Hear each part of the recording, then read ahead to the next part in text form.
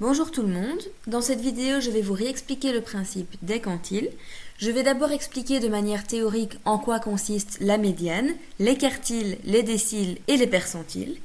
Et ensuite, je reviendrai plus spécifiquement sur la médiane et sur les quartiles pour vous expliquer comment est-ce qu'on peut calculer ces différentes valeurs, d'abord sur base d'une série de données, des données brutes donc, et ensuite sur base d'un tableau de fréquence. L'idée de base des quantiles, c'est de trouver des valeurs qui permettent de diviser une distribution donnée en un certain nombre de portions contenant toutes le même nombre de personnes. La médiane est un quantile remarquable qui permet de découper la distribution en deux portions de taille égale. Il s'agit de trouver une valeur telle que la moitié des sujets de la distribution ait un score inférieur à cette valeur et que l'autre moitié de la distribution ait un score supérieur à cette valeur. Partons d'un petit exemple pour rendre ceci plus concret. Imaginons que je m'intéresse à un ensemble de personnes, et plus spécifiquement à leur âge. Imaginons que dans cet ensemble de personnes, l'âge se distribue tout à fait normalement. Je vous rappelle que la distribution normale est une distribution qui est parfaitement symétrique et qui est unimodale. Elle n'a qu'un seul mode. Dans ce cas, je peux diviser ma distribution en deux portions égales grâce à cette coupure que j'ai placée ici en pointillé. On voit bien que la partie de gauche est exactement le miroir de la partie de droite. Cette coupure est placée sur la valeur 25 sur l'axe des X, ce qui veut dire qu'il y a 50% des sujets parmi les personnes qui m'intéressent qui ont moins de 25 ans et 50% qui ont plus de 25 ans. Dans ce contexte, la médiane vaut 25. Voici un deuxième exemple dans lequel je m'intéresse toujours à la distribution de l'âge d'un ensemble de personnes, mais cette fois, la distribution n'est plus normale. Elle est bimodale, vous voyez qu'il y a deux pics qui correspondent aux deux modes, et elle est toujours parfaitement symétrique par contre. Dans cet exemple-ci, si je veux trouver la valeur telle que je découpe en deux portions de taille égale ma distribution, eh bien, il s'agit de la valeur que j'ai placée ici en pointillé. Vous pouvez constater que l'aire sous la courbe que j'ai représentée en rose est exactement la même que l'aire sous la courbe que j'ai représentée en bleu. Les deux portions représentent 50% des scores. Concrètement, ça veut dire que dans ma distribution, la moitié des personnes ont un âge inférieur à 22 ans et 6 mois et l'autre moitié a un âge supérieur à 22 ans et 6 mois. Vous pouvez noter que dans ces deux premiers exemples, la médiane est exactement égale à un autre paramètre que vous connaissez bien, et il s'agit de la moyenne. Ce sera le cas à chaque fois que la distribution sera parfaitement symétrique. Comme troisième et dernier exemple, imaginons que l'on s'intéresse à un ensemble de personnes pour lesquelles l'âge suit cette distribution, que vous reconnaîtrez comme étant une distribution avec asymétrie positive. La médiane étant la valeur qui me permet de découper la distribution en deux portions contenant chacune 50% des observations, elle doit être placée à hauteur des pointillés, comme je l'ai fait ici. Contrairement aux deux premiers exemples, la portion en rose qui représente les 50% des personnes les plus jeunes n'est pas le miroir de la portion en bleu représentant les 50% des personnes les plus âgées. C'est dû au fait que la distribution n'est plus symétrique. Par contre, même si l'une n'est plus le miroir de l'autre, elles ont toutes les deux une aire identique, bien évidemment, puisque chacune représente la moitié de la distribution. Dans les deux premiers exemples où la distribution était parfaitement symétrique, je vous avais dit que la médiane était exactement égale à la moyenne. Ce n'est plus le cas avec les distributions de type asymétrique. Comme vous le savez, la moyenne va avoir tendance à être attirée vers les valeurs extrêmes. Dans cet exemple-ci, étant donné qu'on a une asymétrie positive, la moyenne va être tirée vers le haut. Ici, sur la ligne en rouge, je vous représente la moyenne. Vous voyez qu'elle est légèrement plus haute que la médiane. Si on regarde la fréquence associée respectivement à la médiane et à la moyenne, on peut voir que la médiane correspond à une valeur qui est représentée par un plus grand nombre de personnes que la moyenne. On va dire que dans ce cas, la médiane est plus robuste que la moyenne, c'est-à-dire qu'elle est moins influencée par les valeurs extrêmes. Et donc de nouveau, ça nous conforte dans l'idée qu'en fonction de la distribution, certains paramètres pourraient être plus intéressants que d'autres. Comme leur nom l'indique, les quartiles sont des valeurs qui vont permettre de découper les distributions en 4 portions de parts égales, en 4 quarts donc. Chaque portion contiendra 25% des observations de la distribution. Si je repars de mon premier exemple, dans lequel la distribution de l'âge suivait une loi normale, Eh bien, nous avions vu que 25 était la valeur de la médiane. Cela voulait dire que la moitié des sujets de la distribution avaient un âge inférieur à 25 ans et que l'autre moitié de la distribution avait un âge supérieur à 25 ans. Si je veux découper ma distribution en 4 parts égales, ça veut dire que je dois redécouper une nouvelle fois en 2 chacune de ces moitiés. Et voilà ce que ça donne. Dans chacune des 4 portions définies par les 3 quartiles, je vais avoir 25% de la distribution. Le premier quartile a une valeur approximative de 23. Concrètement, ça veut dire que 25% des sujets de la distribution ont moins de 23 ans, et du coup forcément que 75% des sujets de la distribution ont plus que 23 ans. Le deuxième quartile correspond à la médiane, vous le connaissez donc déjà. Le troisième quartile a une valeur approximative de, je dirais, 27. Concrètement, ça veut dire que 75% des sujets de la distribution ont moins de 27 ans, et donc forcément que 25% des sujets de la distribution ont plus que 27 ans. Notez que l'étendue des valeurs couvertes entre le minimum et le premier quartile, ainsi qu'entre le troisième quartile et le maximum, est beaucoup plus grande que l'étendue des valeurs qui se trouvent entre le premier et le deuxième quartile, ainsi qu'entre le deuxième et le troisième quartile. C'est tout à fait logique quand on pense que les valeurs centrales sont représentées par un plus grand nombre de sujets. Vous voyez d'ailleurs que le mode, ici, correspond exactement au milieu de la distribution. Dès lors, nécessairement, pour que chaque portion ait exactement la même aire, il est normal d'ajuster la longueur de la base. Par contre, vous pouvez noter que l'étendue des valeurs couvertes entre le minimum et le premier quartile est exactement la même que l'étendue des valeurs couvertes entre le troisième quartile et le maximum de la distribution. De même, l'étendue des valeurs couvertes entre le premier et le deuxième quartile est exactement la même que l'étendue des valeurs couvertes entre le deuxième et le troisième quartile. Concrètement, c'est le cas parce que la distribution est parfaitement symétrique. Repensez aux boîtes à moustaches qu'on avait vues précédemment. On aurait, pour ce type de distribution, une boîte centrale qui soit telle que la médiane est exactement au milieu de la boîte centrale, c'est-à-dire que l'écart entre Q1 et la médiane est identique à l'écart entre la médiane et Q3. Et on aurait aussi des moustaches qui auraient exactement la même longueur. Vous voyez que les moustaches s'arrêtent ici pour la moustache du haut et ici pour la moustache du bas. Les deux ont la même longueur. Et au-delà des moustaches, on a des valeurs extrêmes, mais on a le même nombre de valeurs extrêmes des deux côtés. Et si je regarde l'écart entre le maximum et la médiane, il est identique à l'écart entre la médiane et le minimum. Tout ce que je viens de vous dire relativement à la symétrie du premier exemple fonctionne évidemment aussi pour le deuxième exemple, puisque là de nouveau la distribution est parfaitement symétrique. On aurait, si on représentait cette distribution sous forme de box-plot, exactement le même écart entre le premier quartile et la médiane qu'entre la médiane et le troisième quartile, et on aurait également, de part et d'autre de la boîte centrale, des moustaches qui auraient exactement la même longueur. Dans ce deuxième exemple, le premier quartile vaut 20, ce qui veut dire que 25% des sujets de ma distribution ont moins de 20 ans. Étant donné que la médiane vaut 22,5, je peux dire que 25% des sujets de ma distribution ont entre 20 ans et 22 ans et 6 mois. Dans la mesure où le troisième quartile vaut 25, je peux également dire que 25% des sujets de ma distribution ont entre 22 ans et 6 mois et 25 ans. Et enfin, 25% des sujets de ma distribution ont plus de 25 ans. Dans ce troisième et dernier exemple, sans surprise, l'écart entre le minimum et le premier quartile est beaucoup plus petit que l'écart entre le troisième quartile et le maximum. Ce qu'on peut voir sur cette boîte à moustaches, qui est telle que la moustache inférieure est très petite, que la moustache supérieure est plus grande, et surtout qu'il y a des valeurs extrêmes au-delà de cette moustache, si bien que l'écart entre le minimum et le premier quartile est beaucoup plus petit que l'écart entre le troisième quartile et le maximum. Les déciles sont les valeurs qui permettent de découper la distribution en 10 portions de taille égale, c'est-à-dire contenant chacune 10% de la distribution. Il y a 9 déciles possibles puisqu'il faut 9 subdivisions pour être capable de découper la distribution en 10 parts égales. À titre d'exemple, je pourrais dire que 10% des observations sont inférieures au premier décile. Dès lors, forcément, 90% des observations seront supérieures au premier décile. Pour terminer, les percentiles sont les valeurs qui permettent de découper la distribution en 100 portions de parts égales, contenant chacune, cette fois, 1% de la distribution. On pourra définir 99 percentiles de sorte à découper la distribution en 100 parts égales.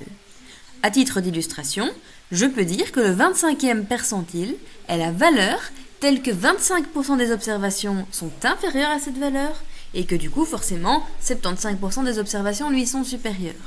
Notez que le 25e percentile est égal au premier quartile. Il est bien entendu possible d'établir des liens entre les différents quantiles.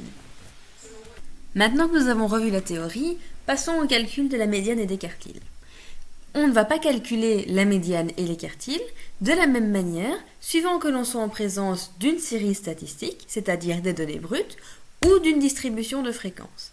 Et lorsqu'on est en présence d'une distribution de fréquences, on ne va pas calculer la médiane et les quartiles de la même manière, suivant que l'on travaille sur une variable de type quantitative discrète ou sur une variable de type quantitative continue. Voyons d'abord comment faire lorsqu'on est en présence d'une série statistique, ou autrement dit des données brutes. Je vous mets un premier exemple dans lequel nous avons 9 observations et l'objectif va être de déterminer quelle est la médiane ainsi que les différents quartiles dans cette série. Vous savez que la médiane va diviser la distribution en deux parts égales et que toutes les valeurs à gauche de la médiane seront des valeurs qui seront inférieures à la médiane et que toutes les valeurs à droite de la médiane seront des valeurs qui lui seront supérieures. La première chose à faire est dès lors de trier les observations par ordre croissant. Voilà qui est fait dans cette deuxième ligne. Ensuite, il va falloir déterminer quelle est la valeur telle qu'il y ait exactement le même nombre d'observations à gauche et à droite de cette valeur. Si je prends la valeur du milieu de la série, la 5e observation de la série, je peux constater qu'il y a 4 valeurs qui lui précèdent et qu'il y en a également 4 qui la suivent. Je vais en déduire que la médiane dans cette série vaut 8. Il existe un petit calcul très simple qui permet de déterminer quel est le rang occupé par la médiane. Voici ce calcul. Il s'agit de n plus 1 sur 2, où n, comme vous le savez, correspond au nombre d'observations de la série. Nous avons vu qu'il y a 9 observations dans cette série. Or, 9 plus 1 sur 2 égale 5. J'en déduis que le rang médian, c'est-à-dire le rang occupé par la médiane, est 5. Le fait que le rang occupé par la médiane est 5 signifie que la 5e observation de la série correspond à la médiane. 1, 2, 3, 4, 5, je vois bien que la valeur 8 est bien la 5e observation de ma série. Attention, ne confondez jamais le rang médian et la médiane. La médiane est une valeur qui correspond à une valeur possible de la variable qui m'intéresse, alors que le rang médian est la position occupée par la médiane. Nous avons déterminé que 8 est la valeur de la médiane.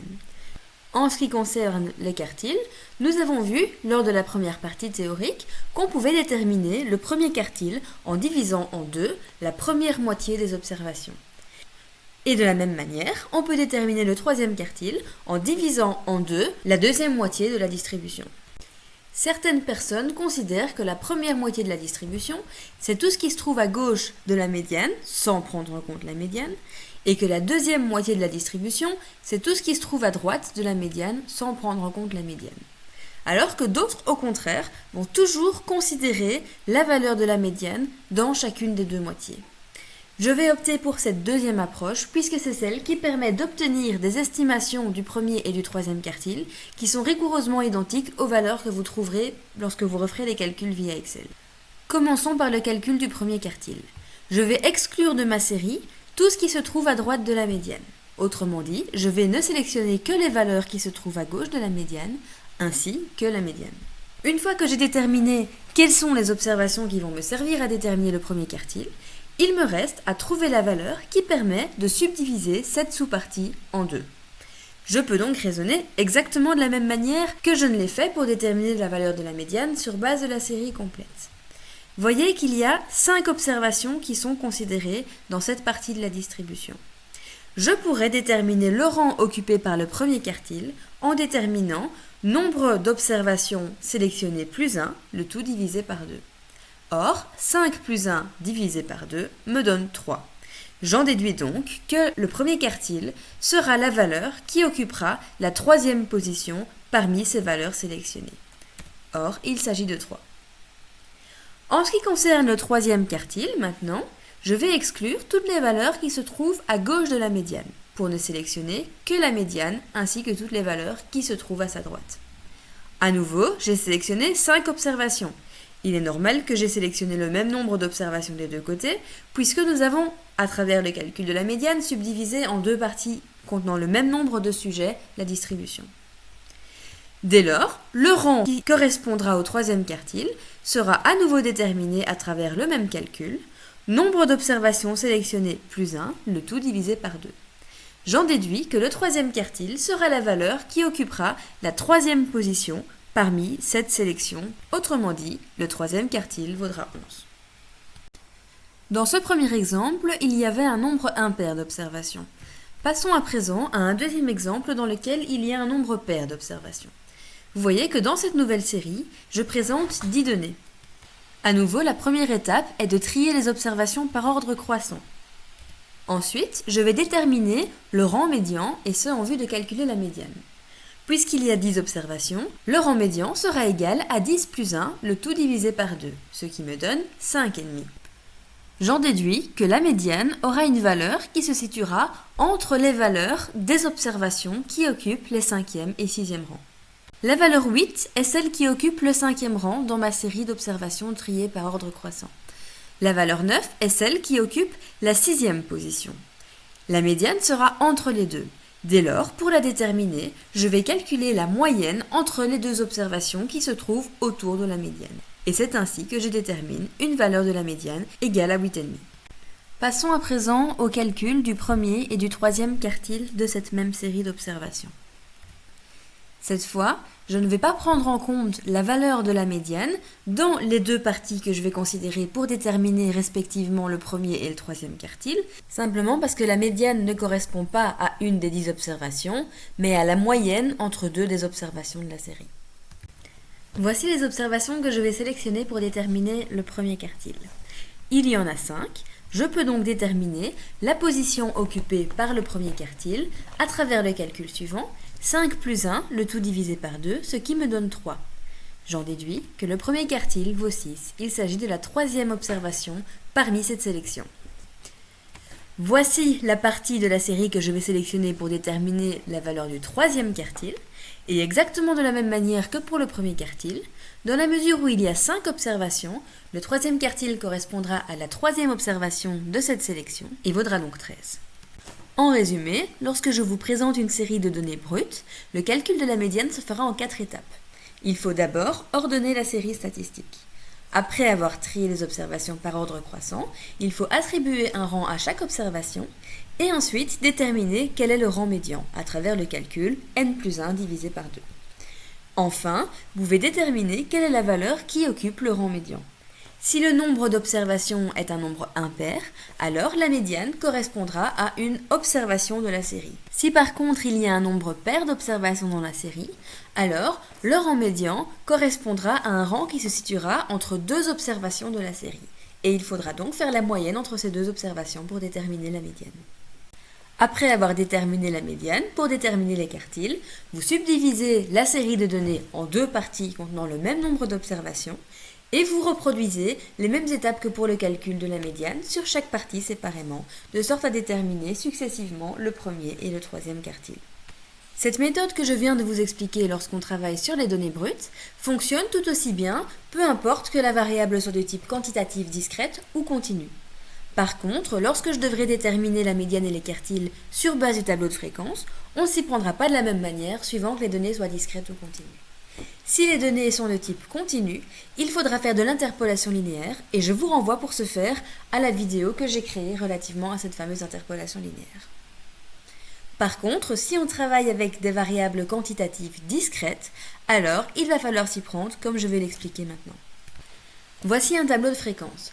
Il s'agit du tableau qui correspond à la première série de données brutes, celle qui contenait 9 observations, que nous avons développée lorsque j'ai commencé à expliquer le calcul des médianes et des quartiles dans cette vidéo. Vous voyez que pour le coup, le tableau de fréquence n'est pas très économique. Il contient d'ailleurs plus de lignes qu'il n'y a d'observations dans la série, puisqu'il contient 15 lignes pour seulement 9 observations. S'il en est ainsi, c'est parce que comme vous le savez, lorsqu'on fait un tableau de fréquence pour une variable de type quantitative, on est censé maintenir un intervalle régulier entre chaque ligne. C'est pour cette raison que même s'il n'y a aucune observation valant 4, 5 ou 6, je suis obligée de prévoir une ligne pour ces valeurs dans mon tableau et de leur associer une fréquence de 0. La raison pour laquelle j'ai malgré tout tenu à utiliser cet exemple pour vous montrer comment calculer la médiane et les quartiles au départ d'un tableau de fréquences, c'était que je voulais utiliser le même exemple que précédemment, de sorte à vous convaincre du fait que la réponse que je vais obtenir est bien la même réponse que celle que j'aurais obtenue au départ des données brutes. Vous savez que la médiane est la valeur telle que 50% des observations sont inférieures ou égales à cette valeur. Nous avons vu précédemment, lorsque nous avons appris à créer des tableaux de fréquences, qu'il existait plusieurs types de fréquences que l'on pouvait calculer pour les variables quantitatives, parmi lesquelles il y avait la fréquence relative cumulée, qui permettait de répondre à la question « Quelle est la proportion d'individus qui ont un score inférieur ou égal à une certaine modalité ?» Par exemple, la première fréquence relative cumulée de 0.11 est associée à la première modalité, qui vaut 1, et je peux en déduire que 11% des individus dans ma série de données ont un score inférieur ou égal à 1. Je peux constater que la fréquence relative cumulée associée à 2, la deuxième modalité, est de 0.22, ce qui veut dire qu'il y a 22% des observations dans ma série de données qui sont inférieures ou égales à 2. Je peux continuer en descendant et je vais m'arrêter à la septième modalité, qui vaut 7 et qui est associée à une fréquence relative de 0.44. 44% des observations de ma série sont inférieures ou égales à 7. Dans la mesure où la médiane est la valeur telle qu'il y ait 50% des observations qui lui précèdent, je sais que ma médiane sera automatiquement une valeur supérieure à 7. Je passe alors à la modalité suivante, la huitième modalité, qui vaut 8, et je constate que celle-ci est associée à une fréquence relative cumulée de 0.56. Cette fois, j'ai dépassé les 50%, puisqu'il y a 56% des observations de ma série qui sont inférieures ou égales à 8. Il n'y a aucune modalité qui est associée à la fréquence relative cumulée exactement de 50%. Ça aurait été impossible dans la mesure où il y a un nombre impair d'observations dans ma série. Si j'avais considéré ma série d'observations comme une variable de type continu, alors j'aurais pu essayer de déterminer quelle valeur précisément entre 7 et 8 est associée à une fréquence relative cumulée d'exactement 0.5. Et pour ce faire, j'aurais utilisé la technique de l'interpolation linéaire. Mais dans la mesure où je traite ma variable comme une variable discrète, je considère qu'entre 7 et 8, il n'y a rien. C'est pour cette raison que je considérais que ma médiane vaut 8. Il s'agit de la première valeur qui est associée à une fréquence relative cumulée qui dépasse 0.5. Pour vous convaincre du fait que 8 correspond bien à la médiane de ma série, je vais m'assurer qu'il y ait autant d'observations qui soient inférieures à cette médiane que d'observations qui lui soient supérieures. Je vais commencer par regarder toutes les observations inférieures à 8. Observation inférieure à 8 veut dire comprise entre 1 et 7. C'est donc toutes les modalités que j'ai mises en surbrillance. Si j'additionne les fréquences absolues associées à chacune de ces modalités, j'arrive à un total de 4. Autrement dit, dans ma série de données, il y a 4 observations qui sont strictement inférieures à 8. Je vais à présent regarder toutes les observations qui sont strictement supérieures à 8. Il s'agit des observations comprises entre 9 et 15. De nouveau, si j'additionne toutes les fréquences absolues associées à ces modalités, j'arrive à un total de 4. Il y a 4 observations dans ma série de données qui sont strictement supérieures à 8. Il y a donc exactement le même nombre d'observations qui sont strictement inférieures à 8 que d'observations qui sont strictement supérieures à 8. J'ai donc bien subdivisé ma distribution en deux parts de taille égale. On peut déterminer les valeurs des premiers et troisièmes quartiles en raisonnant de la même manière. Le premier quartile sera la première modalité associée à une fréquence relative cumulée qui dépasse 25%, soit 3. Le troisième quartile sera la première modalité associée à une fréquence relative cumulée qui dépasse 75%, soit 11. On peut vérifier, comme on l'a fait pour la médiane, que ces valeurs correspondent bien au premier et troisième quartile. Commençons par le premier quartile. Le premier quartile est une valeur telle qu'il y ait 25% des observations qui lui précèdent et qu'il y ait 75% des observations qui lui soient supérieures. Autrement dit, je devrais observer 3 fois plus d'observations strictement supérieures à 3 que je n'observe d'observations strictement inférieures à 3. Inférieur à 3 veut dire égal à 1 ou à 2. Si j'additionne les fréquences absolues associées à chacune de ces modalités, je trouve un total de 2. Il y a 2 observations qui sont strictement inférieures à 3 dans ma série de données. Strictement supérieure à 3 veut dire compris entre 4 et 15. Si j'additionne toutes les fréquences absolues qui sont associées à toutes ces modalités, j'arrive à un total de 6. 6 étant le triple de 2, j'ai bien démontré qu'il y a 3 fois plus d'observations qui sont strictement supérieures à 3 qu'il n'y en a qui sont strictement inférieures à 3. Et je pourrais raisonner exactement de la même manière pour m'assurer que 11 est bien la valeur du troisième quartile, en m'assurant qu'il y ait 3 fois plus d'observations qui sont strictement inférieures à 11 qu'il n'y en ait qui soient strictement supérieures à 11. Passons au deuxième exemple, qui correspond en fait à la deuxième série de données qu'on a analysées précédemment, celle qui contenait 10 observations. De nouveau, j'ai réalisé le tableau de fréquences qui correspond à cette série. Et vous voyez qu'il y a plus de lignes qu'il n'y a d'observations dans cette série, simplement parce que de nouveau, je dois m'assurer de garder un intervalle régulier entre chaque ligne, et c'est pour cette raison d'ailleurs que certaines modalités sont associées à une fréquence absolue de 0. Vous devez repérer que parmi toutes ces lignes, il y en a une qui correspond à la 7e modalité, valant 8, qui est associée à une fréquence relative cumulée d'exactement 50%. On pourrait se dire naïvement que du coup, la modalité associée à cette fréquence relative cumulée doit correspondre à la médiane. Eh bien non. La médiane sera égale à la moyenne entre la modalité représentée à cette ligne associée à une fréquence relative cumulée d'exactement 50% et la première des lignes qui lui succède qui est associée à une fréquence absolue non nulle. Ici, la médiane sera donc égale à la moyenne entre les modalités 8 et 9 et vaudra donc 8,5. Pour démontrer que 8 n'est pas égal à la médiane, je pourrais procéder exactement comme précédemment, en essayant de déterminer combien d'observations sont strictement inférieures à 8 et combien d'observations sont strictement supérieures à 8. Strictement inférieur à 8 veut dire compris entre 2 et 7. Si j'additionne toutes les fréquences absolues associées à toutes ces modalités, je trouve un total de 4. Si 8 était bien la médiane de la série, je devrais également avoir 4 observations qui sont strictement supérieures à 8. Or ce n'est pas le cas, j'en ai 5. Par contre, si je considère que 8,5 est la médiane, c'est-à-dire une valeur située entre 8 et 9, à ce moment-là, j'observe bien exactement le même nombre d'observations qui sont inférieures à cette médiane que d'observations qui lui sont supérieures. J'ai en effet 5 observations qui sont strictement inférieures à 8,5 et également 5 observations qui sont strictement supérieures à 8,5. En résumé, si je veux déterminer la médiane d'une variable discrète et que je vous présente les données sous forme de tableau de fréquences, vous devez rechercher quelle est la première modalité qui est associée à une fréquence relative cumulée qui soit supérieure à 50%. Si vous trouvez une modalité qui est exactement associée à 50%, eh bien par convention, vous devrez déterminer la médiane comme étant la moyenne entre cette modalité et la modalité suivante. Pour finir, le premier quartile correspond à la première modalité de cette série qui est associée à une fréquence relative cumulée qui dépasse les 25%. Il s'agit de la valeur 6.